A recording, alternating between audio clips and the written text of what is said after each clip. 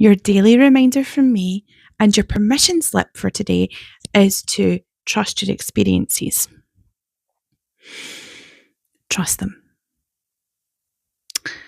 If you've said no, you've broke away, you've put in a boundary, perhaps you've went low contact, perhaps you're limiting emotional access, perhaps you've went no contact, perhaps you are navigating through just the subtle art of saying no to start off with and you're at the beginning of your journey, whatever stage you're at, you need to remember that in order for you to start feeling like you need to put some sort of boundary in place and to start asking for a bit less from people and a bit less from you and withholding and retracting and withdrawing, whether it's emotional or physical contact or access to you, you need to think about all these things.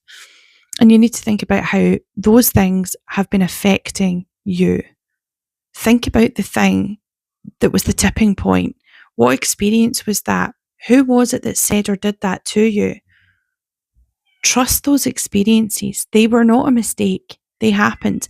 And if someone hasn't apologized, followed through and not changed, their behavior remains unchanged, this is likely to continue.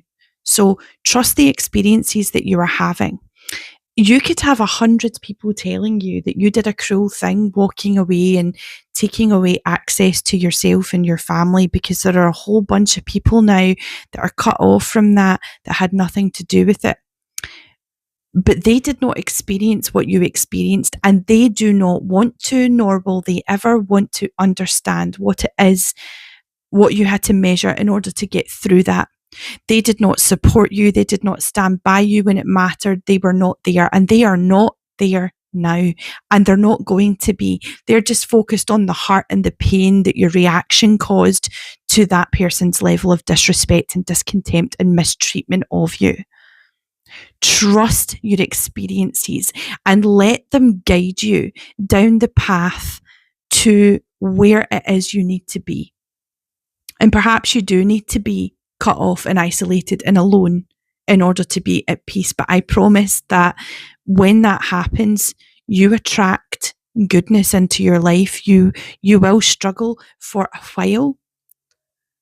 But if you trust your experiences and you really, really tap into what has happened to you, then you will protect yourself enough to not allow that sort of thing to happen again to you in the future.